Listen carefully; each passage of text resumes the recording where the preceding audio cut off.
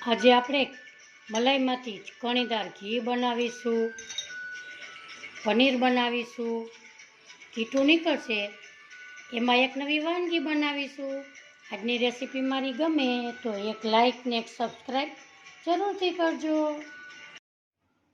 હાલો, જય શ્રી કૃષ્ણ। મારા કિચનમાં આપણું હાર્દિક સ્વાગત છે। આજે હું તમારી સાથે એક એવી રેસીપી શેર કરવાની છું કે મલાઈમાંથી અડધું લીંબુ નાખવાથી આપણું ઘી દાણેદાર બનશે। એક મલાઈમાંથી ઘી બનાવીશું, પનીર બનાવીશું અને એક મીઠાઈ પણ એનાથી બનશે। ચાલો રેસીપી આપણે સ્ટાર્ટ કરીએ। સૌપ્રથમ મેં અહીંયા મલાઈ 10 થી 12 દિવસની મલાઈ કરેલી છે અને 5 થી 10 મિનિટ થયા મેં ફ્રીજમાંથી બહાર કાઢેલી છે। તો આપણે એક મોટા વાસણમાં કાઢી લેશું।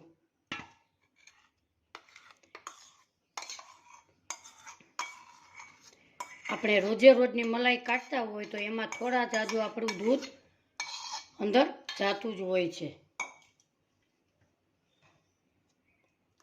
આવી રીતે હું બધી રીતે કાઢી લઈશ।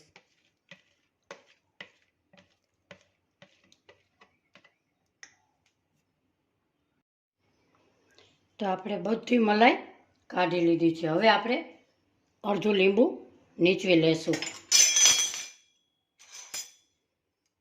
ફરતી કોર થોડું થોડું લીંબુ આપણે નીચવશું। આપણું અડધું લીંબુ અંદર નીચવાઈ ગયું છે। હવે આપણે ઝેણીની મદદથી આપણે આવી રીતે ફેરવી લેશું। આ ઘી 5 જ મિનિટમાં તૈયાર થઈ જાય છે। આપણો દૂધનો ભાગ એકદમ રિલીઝ થઈ ગયો છે।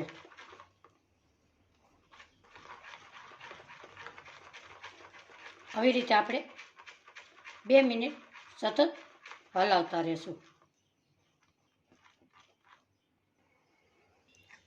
તમે જોઈ શકો છો આપણું માખણ એકદમ સરસ ઘટ થવા લાગ્યું છે।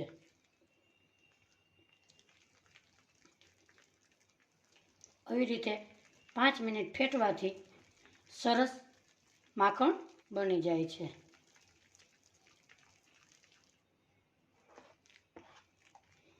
માખણમાંથી ધીમે ધીમે દૂધ પણ રિલીઝ થવા માંડ્યું છે।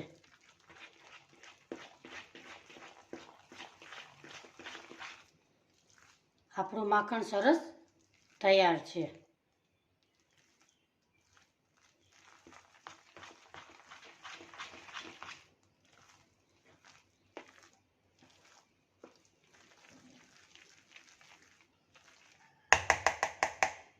હવે આપણે એક બાઉલમાં કાઢીશું। આપણે જોઈ શકીએ છીએ કે આમાં દૂધનો ભાગ ઘણો નીકળ્યો છે।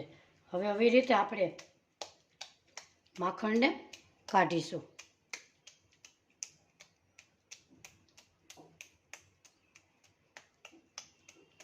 આવી રીતે બધું માખણ આપણે અંદરથી કાઢી લેશું। આપણું સરસ બધું માખણ નીકળી ગયું છે। હવે આ દૂધને આપણે સાઈડમાં રાખીશું અને આ માખણને આપણે 2 પાણીએ સૌપ્રથમ ધોઈ લઈએ એટલે આપણે ઘીમાં વાસ આવે નહીં અને લાંબો સમય સુધી ટકી રહે। તમે જોઈ શકો આમાં દૂધનો ભાગ આપણે 1 પાણી નાખ્યું છે પણ કેટલું બધું દૂધનો ભાગ છે એટલે ઘી બગડવાનો ચાન્સ રહે। આ 2 પાણીએ ધોવાથી દૂધનો ભાગ બધોય નીકળી જાય છે અને ચોખ્ખું થઈ જાય છે। આપણું માખણ સરસ 2 પાણીએ ધોવાઈ ગયું છે। હવે એને આપણે ગેસની પ્રોસેસ કરીશું। અહીંયા મેં ગેસ ચાલુ કર્યો, એની માથે આપણે માખણને મૂકીશું। હવે એને આપણે આવી રીતે ધીમા ગેસે હલાવ્યા રહેશું। હવે આપણે દૂધની પ્રોસેસ કરીએ। અહીંયા આપણે ગેસ ઉપર એક પેન મૂકીશું। એમાં આપણે આ દૂધનો ભાગ કાઢેલો હતો એ અંદર ઉમેરી દેશું। એને આપણે આવી રીતે દૂધને ગરમ થવા દેશું। આપણું દૂધ ગરમ થાય ત્યાં સુધી આપણે આ માખણમાં મલાઈમાં એક ચમચો આપણે ફેરવી લઈએ. આપણું દૂધ એકદમ ગરમ થવા લાગ્યું છે. હવે આપણે નીચોવશું અડધું લીંબુ.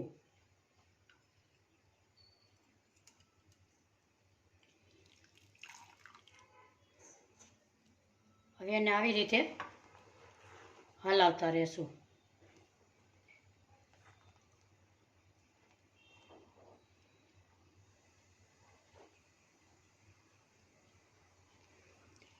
આપણું દૂધ એકદમ ફાટવા લાગ્યું છે.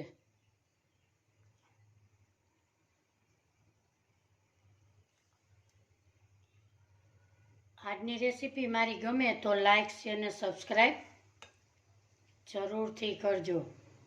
આવી રીતે આપણે સતત હલાવતા રહેશું. 1 જ મિનિટમાં પનીર થઈ જશે. ગેસની ફ્લેમ બંધ કરીશું.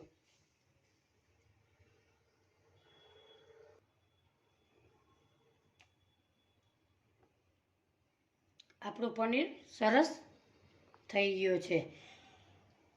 આમાં પનીર વધારે થાય છે. તમે 1 લીટર મેળવો, 1 લીટર દૂધમાં તમારે આટલું પનીર થતું નથી, પણ આ પનીર આમાં જાજુ થાય છે. જો આપણું પનીર સરસ થઈ ગયું છે. હવે આપણે એને એક કપડામાં કાઢીશું. અહીંયા આપણે એક ચાયણી મૂકીશું. એમાં આપણે એક કપડું પાથરીશું અને કપડાની અંદર આપણે આ પનીર બનાવ્યું હતું એ નાખીશું.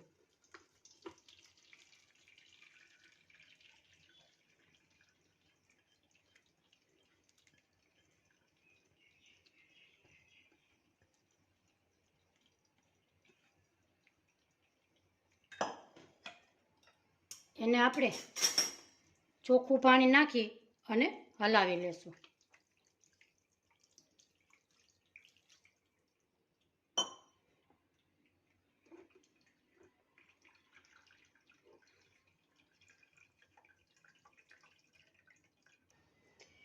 પનીરને આપણે એકદમ આવી રીતે નીચવી લેશું.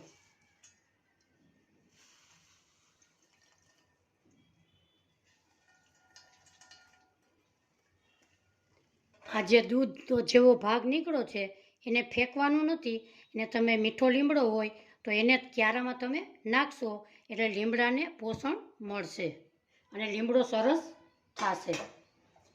એક આપણે આવી રીતે બાઉલ લેશું અને આવી રીતે આપણે માથે એક ડીશ મૂકી અને વજન મૂકીશું.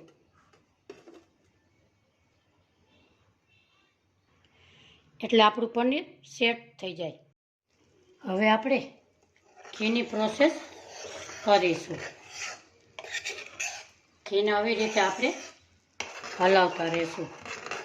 નીચે ચોટે નહીં એનું આપણે ખાસ ધ્યાન રાખીશું.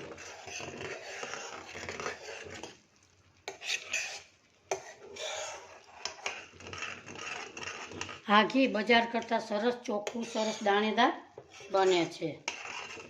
આવી રીતે 2 મિનિટ હલાવતા રહેશું. તમે જોઈ શકો કે આપણું કીટું એકદમ છૂટું પડવા માંડ્યું છે અને ઘી સરસ ચોખ્ખું થવા લાગ્યું છે. હજી આપણે 2 મિનિટ આને પકાવી લેશું.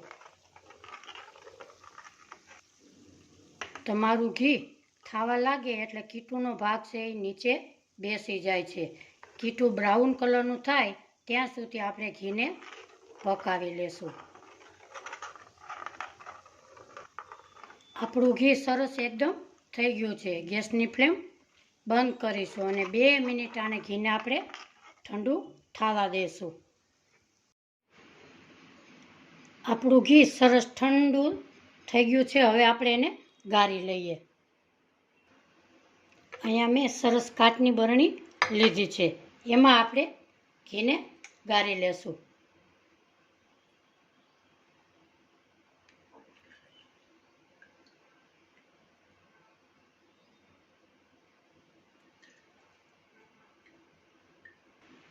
આપણું ઘી બધું ગરાઈ ગયું છે. 700 ગ્રામ ઉપર ઘી આપણું થયું છે. અને આપણે લોયામાં પણ ક્યાંય ચોંટ્યું નથી અને બળ્યું પણ નથી. હજી દૂર જાશો નહીં, આપણે પનીરને જોઈ લઈએ. આપણે હવે 2 કલાક થઈ ગઈ છે. પનીરને આપણે જોઈ લઈએ.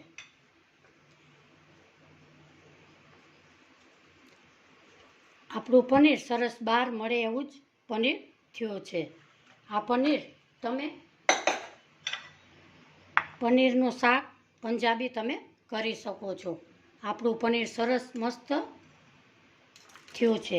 આજની રેસીપી મારી ગમે તો એક લાઇક શેર ને સબસ્ક્રાઈબ જરૂરથી કરજો.